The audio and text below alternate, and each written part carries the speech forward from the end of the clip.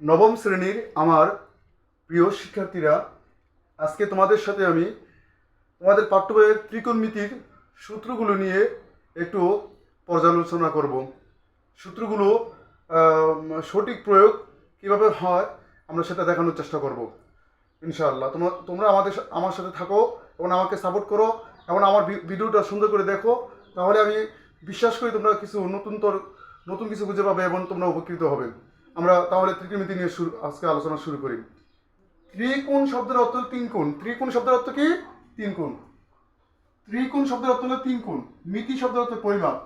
সুতরাং সমকোণী ত্রিভুজের তিন কোণের পরিমাপ করার পদ্ধতি, সমকোণী ত্রিভুজের তিন কোণের পরিমাপ করার পদ্ধতি বা প্রক্রিয়ায় ত্রিকোণমিতি। প্রক্রিয়া কি? ত্রিকোণমিতি।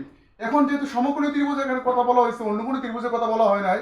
সমকোণী ত্রিভুজের কথা বলা হওয়ার কারণটা কি? কারণ আমরা ত্রিকোণমিতির যত সূত্র আছে সব সূত্রই আমরা এই সমকোণী ত্রিভুজের মাধ্যমে প্রয়োগ করব এবং সমকোণী ত্রিভুজের মাধ্যমে সমকোণী ত্রিভুজের পিথাগোরাসের সূত্রের মাধ্যমে আমরা প্রয়োগ করার চেষ্টা করবো ইনশাআল্লাহ।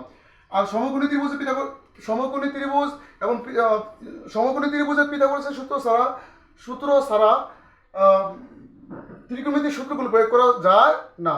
এই জন্য আমরা প্রথমে একটি সমকোণী ত্রিভুজ এঁকে নিই।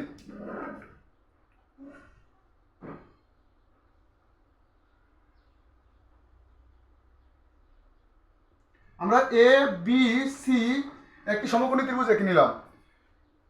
এ বি সি সমকোণী ত্রিভুজে আমরা যে বাহুতে সূক্ষ্মকোণ ধরবো, যদি আমরা সি বাহুতে সূক্ষ্মকোণ ধরি, তাহলে আমাদের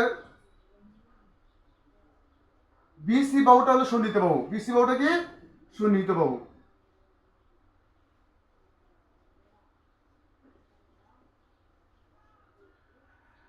আর সমকোণী ত্রিভুজের বৃহত্তম বাহুটা হলো অতিভুজ। সমকোণী ত্রিভুজের বৃহত্তম বাহুটি অতিভুজ।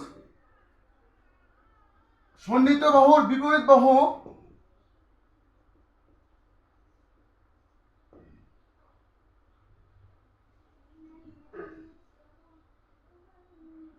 সমকোণী ত্রিভুজের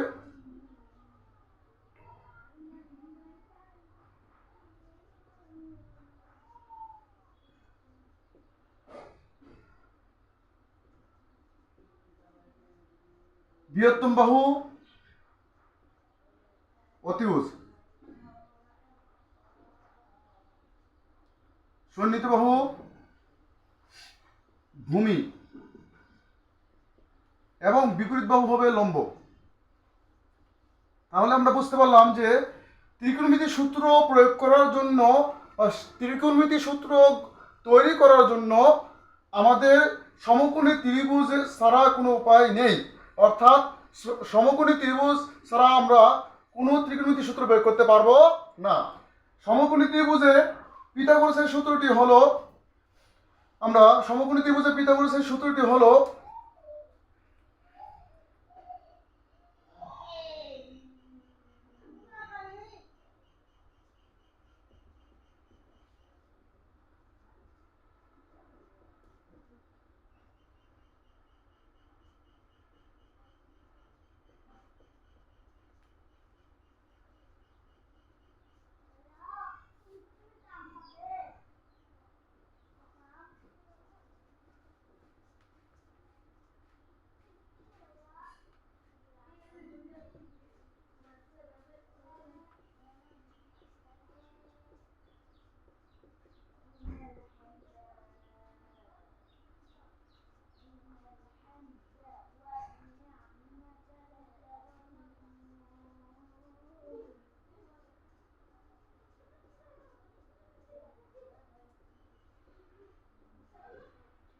তাহলে তোমরা চিত্রের সাহায্যে তোমরা সুন্দরভাবে বুঝতে ফেলছো যে সমকোণী ত্রিভুজ যে বাহুতে সূক্ষ্মকোণ ধরা হবে সেটা হলো সন্নিহিত বাহু।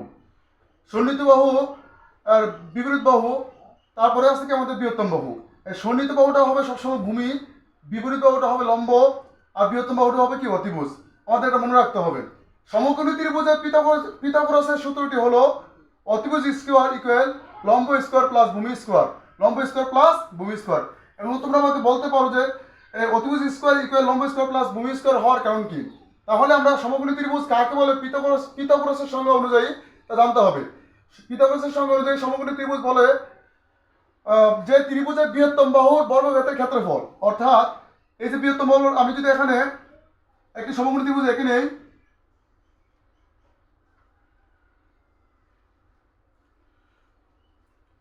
তেরো 12 আর 5, 13, 12, 5, আমরা এখানে একটা সমকোণী ত্রিভুজ এঁকে নিলাম। এখন আমাদের কাজটা হলো আমরা এই সূত্র প্রয়োগ করে দেখব যে আসলে আমাদের এই সূত্রটা ঠিক আছে কিনা। যে সমকোণী ত্রিভুজের মান আমরা যদি সূত্র এরকম ধরি, পিথাগোরাসের সূত্র যদি এরকম ধরি, অতিভুজ স্কোয়ার ইকুয়াল লম্ব স্কোয়ার প্লাস ভূমি স্কোয়ার, তাহলে আমাদের এই মান বসায় আমাদের সূত্র ঠিক হয় কিনা আমরা যাচাই করব। এখন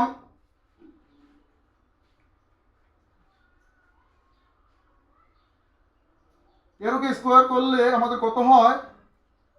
169।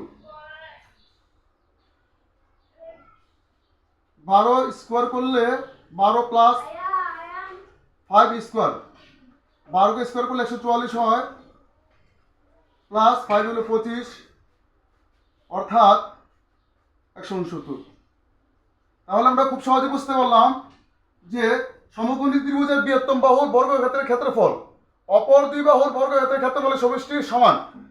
আবারও বলি, সমকোণী ত্রিভুজের বৃহত্তম বাহুর বর্গক্ষেত্রের ক্ষেত্রফল অপর দুই বাহুর বর্গক্ষেত্রের ক্ষেত্রফলের সমষ্টি সমান। এই জন্যই আমরা সূত্রটা প্রয়োগ করতে পারি অতিভুজ স্কোয়ার ইকুয়াল লম্ব স্কোয়ার প্লাস ভূমি স্কোয়ার।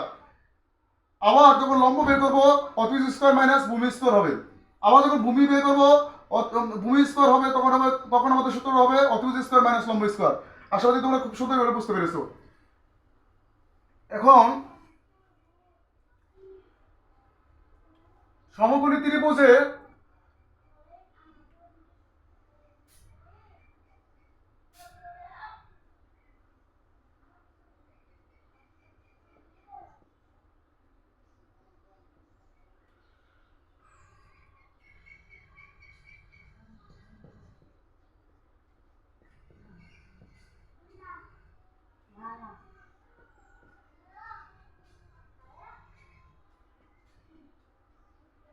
সমকোণী ত্রিভুজে এখানে আমরা এবিসি সমকোণী ত্রিভুজ এঁকে নিলাম।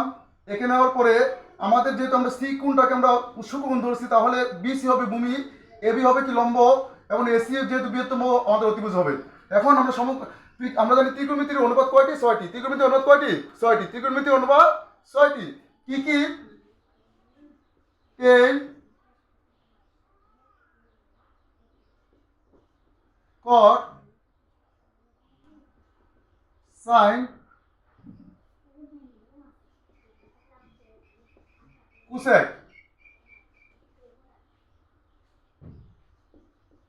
কস, সেক। এই টেনের অনুপাত হলো আমাদের লম্ব বাই ভূমি। টেনের বিপরীত হলো কট। টেনের বিপরীত কি? কট। তাহলে কি হবে? ভূমি বাই লম্ব।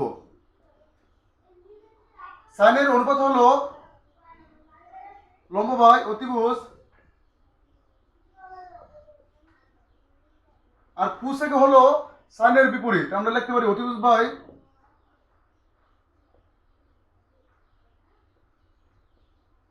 লম্ব।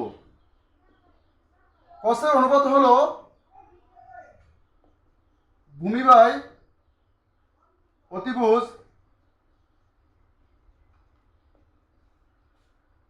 কসের বিপরীত হলো সেক। তাহলে আমাদের কি হবে? অতিভুজ বাই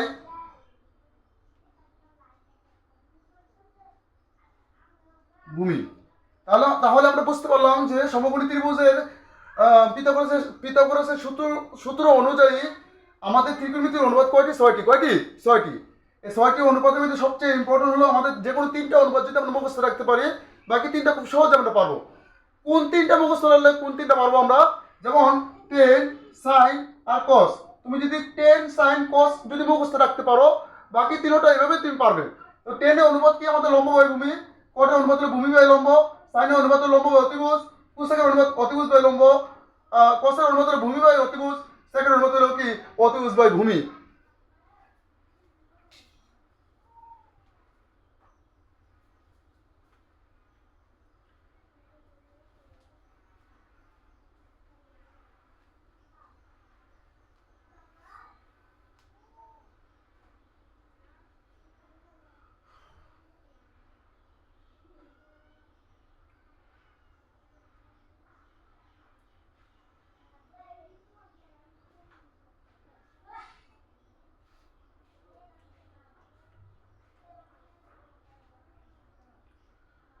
আমরা যদি অনুপাতগুলো প্রমাণ করে দেখাই তোমাদেরকে, তাহলে এরকম হবে, দেখো।